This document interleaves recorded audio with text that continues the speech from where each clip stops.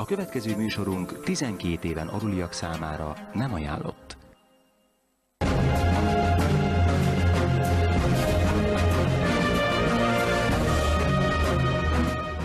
Köszöntöm a kedves nézőket Naszvattól Németbányáig, Békéstől Habáig. A múlt hét végén a Budai Vár elestének 70. évfordulóján a magyar és a német védők hősies, iszonyatos áldozatokkal járó kitörésére emlékeztek ismét rengetegen, magyarok, németek, más országokból érkezettek. A kitörés útvonalait végigjárva tisztelegtek a bolsevizmust föltartóztató hősök emléke előtt. 7 évtizeddel ezelőtt magyar honvédek, német katonák tízezrei igyekeztek áttörni a szovjet ostromgyűrűt, de csak kevesen értek át rajta. Ha a magyarok, németek, oroszok összefognak és együtt vonulnak a nyugat ellen, amely 2 világháborúban is egymásra úszította, ugrasztotta őket és elpusztította hazájukat, másként alakul minden. Ebből okulni kellene most, a 3. világháború előestéjén. Mert 2 világháborúban is sikerült a globális háttérhatalom pénzügyi lerakatainak, az USA-nak és Angliának egymásra úszítania, ugrasztania németeket és oroszokat, németeket és franciákat. Ezért is sürök forog mostanában a német kancellár és a francia elnök Putyinnál.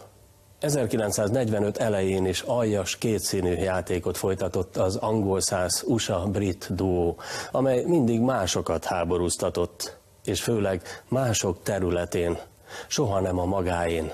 Európában, a közel- és középkeleten, Ázsiában, Afrikában, Latin-Amerikában. De mindig ügyesen távol tartották a háborút saját államuktól. Az Al-Qaidát ugye az USA és a mögötte álló globális pénzügyi háttérhatalom az Afganisztánba az iszlám szélsőségesek, terroristák ellen és saját birodalmi érdekeikből bevonuló szovjetek ellen hozta létre. Annak idején az iszlám terroristákat az USA és a globális média szabadságharcosként istenítette. Majd pedig, amidőn a szabadságharcosok rájöttek, hogy csak eszközként használják fel őket, és szembefordultak gazdáikkal, szponzoraikkal, egy csapásra üldözendő terroristának minősültek a nyugati médiában. Ugyanaz a hollywoodi filmekben dicsőített szakállas alak egyszerre átkozott szélsőséges terrorista lesz.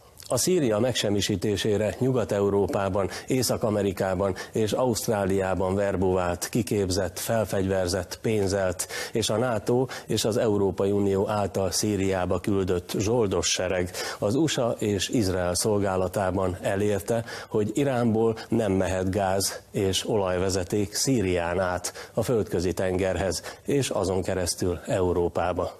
Vagy az egy esztendővel ezelőtti kijevi nácionista puccsal az amerikaiak, illetve az őket engedelmes robotnak használó háttérhatalmi dinasztiák üzleti okokból megakadályozták, hogy Európa biztonságban kapjon orosz gázt Ukrajnán át, vagy a Fekete-tenger alatt, Bulgárián keresztül.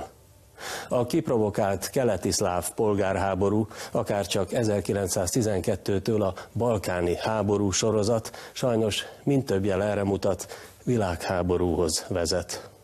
A földgázzal, kőolajjal magát könnyebben, akár saját forrásokból is ellátó Egyesült Államok és Anglia könnyen küldi pusztulásba a szárazföldi Európát, amely gáz és olajbehozatalra szorul. 2 világháborúban föláldozta az USA és Anglia Európát, úgyhogy az ő területükre viszont ellenséges katona a lábát nem tette.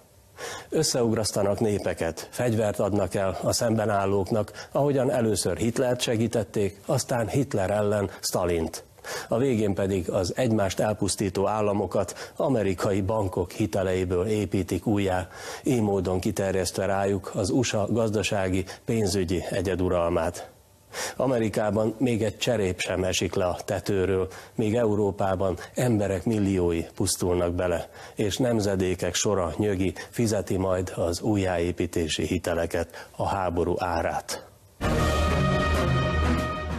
Az aberrált liberálisok és a liberált baloldaliak ezúttal nem keltettek botrányt a budai kitörés emlékmenetének szombati indulásakor, mint korábban. Ravasz megfontolásból elnézték, mert ugye a balliberális és jobbliberális hazaárulók szerint nekünk, magyaroknak most Putyint és az oroszokat kéne gyűlölnünk, Oroszországot kellene gyaláznunk. Pedig a ballibet 2010 előtt, mint megvásárolható magyar gyűlölő hazaárulókat sajnos Putyin is támogatta.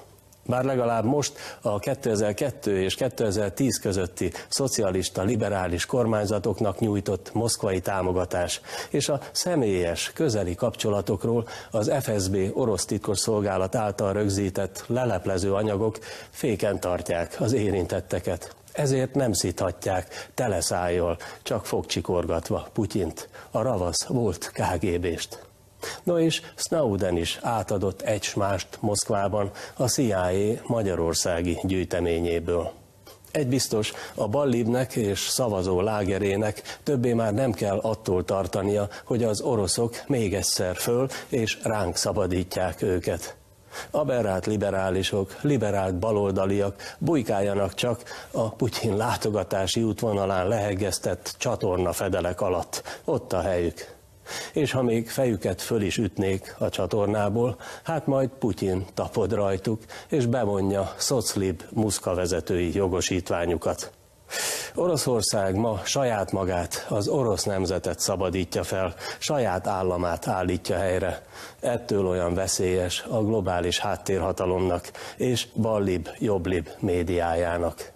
Mi lenne, ha az oroszok véres puccsal megdöntenék a kanadai kormányt és parlamentet, saját embereiket juttatnák hatalomra Ottawában, akik majd behívják segítségül az orosz bankokat, az orosz hadsereget, és elkezdik jogaikban korlátozni a kanadai angolokat. Polgárháborút robbantanak ki a helyi angol és francia lakosság között. Mit tenne ez esetben az USA, Kanada szomszédja? Hagyná, hogy határai mentén megtelepedjék egy idegen vetétás birodalom? Nos, az Amerikai Egyesült Államok éppen ezt műveli egy másik földrészen, Ukrajnában, egykori orosz földeken, Oroszország közvetlen szomszédságában, oroszok milliói által lakott vidékeken. De mert az orosz elszántság és hadfelszerezettség okán az USA már nem merészkedik nyílt harcba bocsátkozni, háborúztatja a rabszolgákat. Saját maga nem kockáztat egy kockakövet sem odahaza. Megint messze, a tengeren túl, Európa távoli végein folyik a háború és a vér. Mások vére, mások könnye. Az igaz, hogy ma már a két korábbi világháborúval ellentétben a bajok házhoz jönnek Amerikában is. Elvégre New York közelében orosz atomtengeralattjárók lubickolnak a drága jó atlantiszi óceán vizében atomtöltetű rakétákkal, melyekből 9-et kiszűrhet ugyan az USA védelmi rendszere, de a 10. elhamvaszthatja Manhattant. Lesz-e értelme a nukleáris adok-kapoknak? Két világháborútól eltérően az Amerikai Egyesült Államok területe most már könnyű célpontja az orosz rakétáknak. És vajon kockáztatja-e Washington a világháborút? Például föláldozza-e New Yorkot Donyeckért, Washingtont Szlavjanszkért, Los Angeles-t Mariupolért, Floridát az Azovi-tenger mellékért, Kaliforniát a Krím-félszigetért? Megére az USA-nak Ukrajna hiroshimai Nagasaki méretű pusztulást.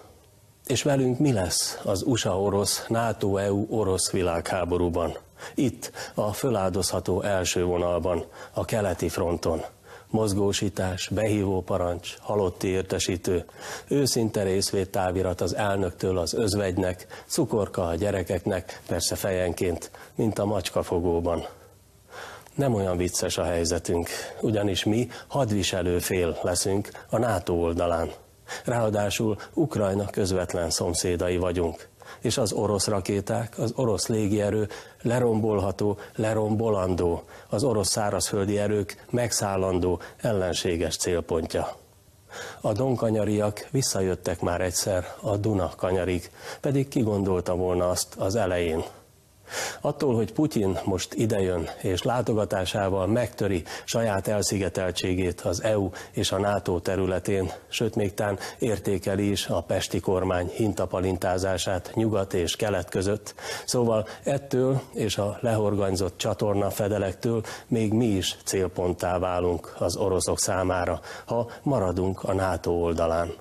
Magyarország egy része Budapestet, a megyeszékhelyeket és a hadászati, gazdasági, logisztikai fontosságú városokat kivéve talán nem kerül fel az orosz rakéta célpontok térképére. Budapest lakosságát pedig ki lehet telepíteni távolabbi, biztonságosabb megyékbe.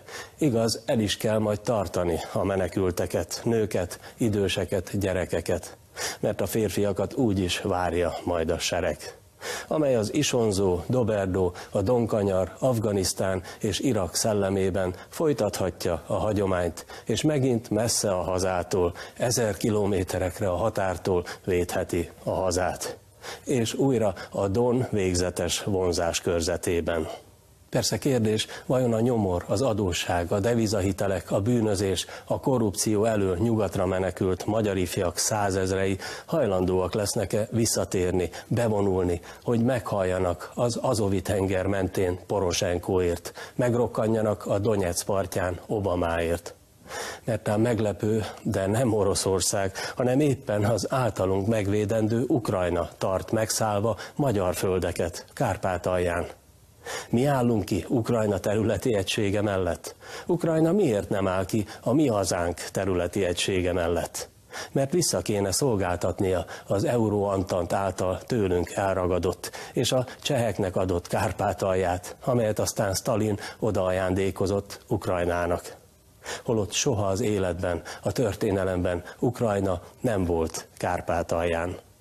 Amint elkezdődik a világháború, mi megint az első vonalba kerülünk. Norvégiától a Baltikumon, Közép-Európán, a Kárpát-medencén és a Balkánon át a Fekete-tenger mellékéig, a Kaukázusig óriási, sok ezer kilométeres frontvonal alakul ki, amely ide-oda tolódik majd. Norvégia NATO tagállam, ugye? Finnország semleges ugyan, de csak amíg engedik neki. És különben is EU tagállam, ami felér a NATO tagsággal. A 3 balti állam, Észtország, Lettország, Litvánia NATO és EU tagként határos Oroszországgal, vagyis frontállammá válik. Fehér Oroszország, keleti-szláv, orosz testvérország, de retteg az oroszoktól is, a lengyelektől is, akik közé szorult. Lengyelország a königsbergi egykori kelet-porosz beékelődés révén szintén határos Oroszországgal. És a lengyel, bár nagy nép, 2 sokkal hatalmasabb és erősebb nemzet, az orosz és a német közé szorult, a 2 közeledésének útjában állva. A mai Lengyelország nagy része Németország volt, a mai Ukrajna nagy része pedig Lengyelország.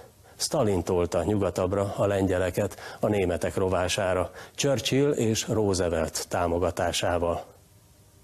Szlovákia szeretne orosz barát maradni, de Hitler alatt egyszer már megtámadta Oroszországot, vagyis pánszláv érzelmeit felülmúlja a napi haszonlesés és árulás. A derék, amúgy pánszláv tótocskák majd megint átállnak az oroszok oldalára, ha azok elérik a Kárpátokat, mint 1944-ben, és mint a románok. Hazánk tanulhatna 1914-ből és 41-ből, vagyis kimaradhatna a háborúból, ha akarna, ha merne.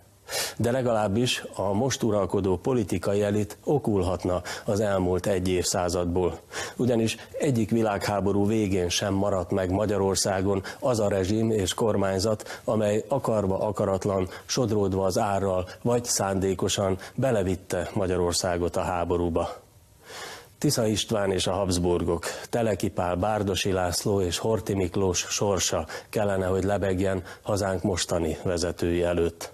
Mert csekély vigasz abban bízni, hogy áldozat nélkül legyőzzük majd az oroszokat, hogy katonáink hazatérnek, mire lehullanak az örökzöldek levelei. És milyenk lesz Nyizsnyi Novgorod alsó rendezőpályaudvara. 2 világháború, Afganisztán és Irak után ki venne erre mérget? Románia retteg az oroszoktól, mert valahányszor azok megjelentek a román határnál, mindig fordult a kocka. Az oroszok szemében évszázadok óta fekvése okán az egyik legfőbb, ha nem a legfőbb, és árulásai, lefekvései miatt leggyűlöletesebb célpont Románia. És az oroszok a Dnyeszter melléki Moldovából kiszakadt köztársaság révén már ott is vannak a románok szomszédságában. Hát ezért kapkodnak fűhöz, fához, ezért adnák oda országukat a románok bárkinek, aki helyettük szembeszáll az oroszokkal, Amerikának, Izraelnek, a NATO-nak. Ezért kínálják föl területüket. Ha egyszer bejönnek az oroszok, akkor Romániát legalább 3-ba hasítják, Moldvára, Havasalföldre, Erdélyre. Lehet, hogy a románok is érzik ezt, és nemrég ösztönösen Nagyszebeni Szászt választottak elnöküknek, az új időkre készülve. Izraelből árad a rokonszenv Oroszország felé. Nem csak azért, mert az orosz-ukrán háború elvonja a figyelmet Palesztináról, Gázáról. Izraelben számolnak azzal is, hogy alkalmasint ki kell majd üríteniük országukat, és a kiszemelt kollektív költöztetési célpontok egyike a hajdani, egyéb iránt zsidó vallású, de türk-szkíta kazár birodalom, vagyis a mai ukrajnai térség egy része lehetne. Az alapvetően kazár, szkíta-türk, vagyis nem sémi, nem szemita, és nem is igazán vallásos egykori kelet-európai, orosz, ukrán, lengyel, magyar, román zsidóság alkotta Izraelben nem vennék rossz néven, ha Kelet-Európában föltámadna a 1,5 évezreddel ezelőtti kazárföld. Ha az iszlám állam terjedése, Palesztina győzelme miatt ki kellene üríteni Izraelt. Az orosz nemzetegyesítő, ukrángyöngítő politika pedig akarva akaratlan a visszakazárosodást is segíti Ukrajnában és szomszédságában. A Fekete-tenger térségében az Oroszország elleni frontvonal Románia után folytatódik Bulgáriában, amely Bulgáriának pórázát a NATO-n és az EU-n belül olyan szorosra fűzték, hogy még a déli áramlatot is kénytelen volt felmondani. Így lesz majd orosz-török áramlat, és az Unió a kirekesztett, megalázott Törökországtól lesz kénytelen földgázt vásárolni, ha máshonnan nem szerez addig. A törökök NATO tagállamként ugyan föl kellene, hogy sorakozzanak Moszkva ellen a világháborúban, de már a második világégésből is kimaradtak, okulva az elsőből, amely a birodalmukba került. A Kaukázus vidékén Grúzia talán törlesztene Oroszországnak a 2008-as vereségért, és amiért Moszkva támogatja a Grúziából kiszakadt Abháziát és Dél-Oszétiát. De hát éppen maga a grúz nép szabadult meg a 2008-as háború provokátorának, felelősének tartott Szakásvili elnöktől. És a képlet nem ilyen egyszerű. Oroszország nincs magára hagyva. Kínának szüksége van az orosz elrettentő haderőre, amíg saját maga ilyennel nem rendelkezik. A kínai-USA világurasági vetélkedésnek Ukrajna csupán az egyik hadszíntere. Mert most még a világgazdasági és politikai uralmát féltő Washington és a mögötte álló háttérhatalom Pekinggel csak kóstolgatja egymást, másokat háborúztatnak, mások által gyöngítik egymást. Ha Oroszország a világháborúban vereséget szenved, akkor a következő célpont az USA számára már Kína lesz. Ezt Pekingben is jól tudják. Kínának nem is annyira Oroszország veresége fájna, hanem az, hogy utána ő következne. Ezért nem hagyja majd magára Moszkvát. Putyin nyugat általi gyöngítése jól jön Pekingnek, hiszen a nyugati büntetőintézkedések rontják a rubelt, ezáltal csökkentik a gázárát, amely földgázból pedig Kína óriási mennyiségben vásárol már most, és még többet vesz majd az oroszok ázsiai vezetékrendszerének kiépítésekor. A gyönge Oroszország kénytelen lesz olcsóbban adni a földgázt. Az amerikai-arab összefogás révén csúcsra járatott kitermeléssel, Putyin megtörésére mesterséges túlkínálattal leszorított szénhidrogén árakról nem is beszélve. Kínának azért is felelne meg a gyönge Oroszország, mert Peking saját magát szeretné látni az eurázsiai összefogás uralkodó, kormányzó szuperhatalmaként, nem pedig Moszkvát és Putyint. De ha Oroszországot megsemmisíteni a NATO, avagy ott liberális, USA-hű, nyugati csatlós rendszer kerülne hatalomra, akkor Kína már Oroszországból is csak amerikai vállalatokon, legfőbb gazdasági vetétársain keresztül juthatna földgázhoz, ami nélkül pedig nem lehet meg roppant nagy gazdasága. És ismét az Egyesült Államok kerekedne felül, mint az arab-moszlim világban. Ez pedig nem kínai érdek. Ezért áll majd ki a maga rafinált módján Kína Oroszország mellett, ha elkezdődik a végső leszámolás.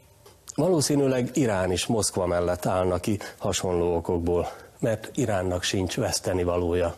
Ugyanis ha a globális háttérhatalom meghódítja Oroszországot, akkor már Irán sem számíthat kegyelemre. A Kaukázuson túl, Irán és Törökország szomszédságában ott fekszik Örményország, amely Moszkva leghívebb szövetségese, támaszpontja a térségben.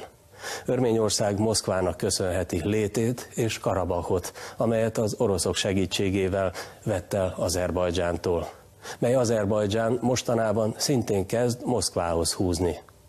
A Kaszpi-tenger keleti oldalán Kazaksztán ingázik a nagy orosz szomszéd és a Nyugat, illetve Kína között, de helyzetéből adódóan csak akkor támadna az oroszokra, ha azok veresége már biztos. A közép-ázsiai egykori szovjet tagköztársaságokat saját bajaik kötik le. És az, hogy rövid ízlelgetés után csalódtak a nyugati liberális demokráciákban, a piacgazdaságban, mert az ígért jólét megmaradt az ideiglenes amerikai támaszpontok szögesdrót kerítésein belül. Nos hát minden hadba léptető kormánynak számolnia kell azzal, hogy eltűnik. Nem csak akkor, ha vereséget szenved. Churchill ugye győzelemre vezette a briteket a II. Világháborúban. De az első szabad, demokratikus választásokon elkergette őt a nép. Egyébként pedig idegen érdekeket szolgáló kormányzatra nézve veszedelmes, ha föl kell fegyvereznie a nemzetet. Egy darabig még megy zsoldosokkal, pénzérgyilkolókkal, de aztán a költségvetés rászorul az ingyen sorozott katonákra. Kedves nézőim, nagyon nagy a baj, de hát ezt önök nélkülem is jól tudják. Olyan erők feszülnek egymásnak, amelyek ugyan ideig óráig tűzszünetet hirdethetnek, békülhetnek, de nem békülnek meg. Valakinek veszítenie kell, valakinek el kell tűnnie a színről.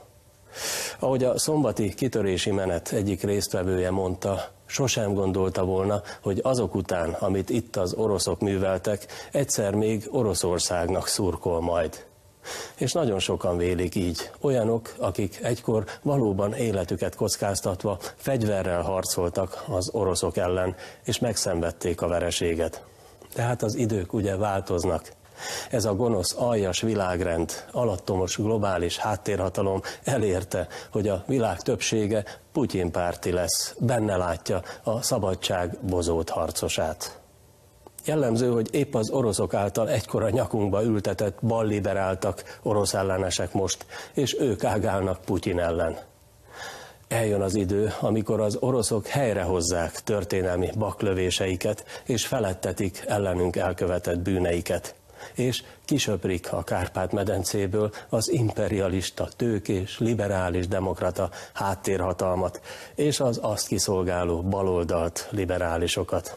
És akkor valóban kitörünk ebből az ostromgyűrűből, amibe minket is, az oroszokat is, és minden igazságot, jogot kereső nemzetet beszorított a globális uralom. Kitörünk mi, magyarok, oroszok, németek és mások együtt, nyugat felé menetelve, azok ellen, akik mindig megosztottak, egymásra uszítottak, kivéreztettek bennünket. De most nagy veszedelemben vagyunk, és nem csak mi, az egész emberiség. S csak is szabad, független, semleges Magyarországnak van esélye arra, hogy kimaradjon a világháborúból, vagy legalább kevés áldozattal elkerülje azt. Az Európai Unió megfojt, életképtelenné tesz bennünket, a NATO pedig újabb és újabb háborúkba visz minket. Hogy Magyarország esélyt kapjon végre a szabadságra, a függetlenségre, és semlegessé váljék, ki kell lépnie a NATO-ból, az Európai Unióból. Mert csak így nem leszünk hadviselőfél, csak így nem válunk célponttá. A kitörés 70. évfordulóján a lenyűgöző emlékmeneten készített filmünket hamarosan láthatják itt a Világpanorámában. Köszönöm megtisztelő figyelmüket Nagybányától Nagyrécséig, Tömörkénytől a kaliforniai Hollywoodig. Várom Önöket pénteken este 9:30, viszontlátásra!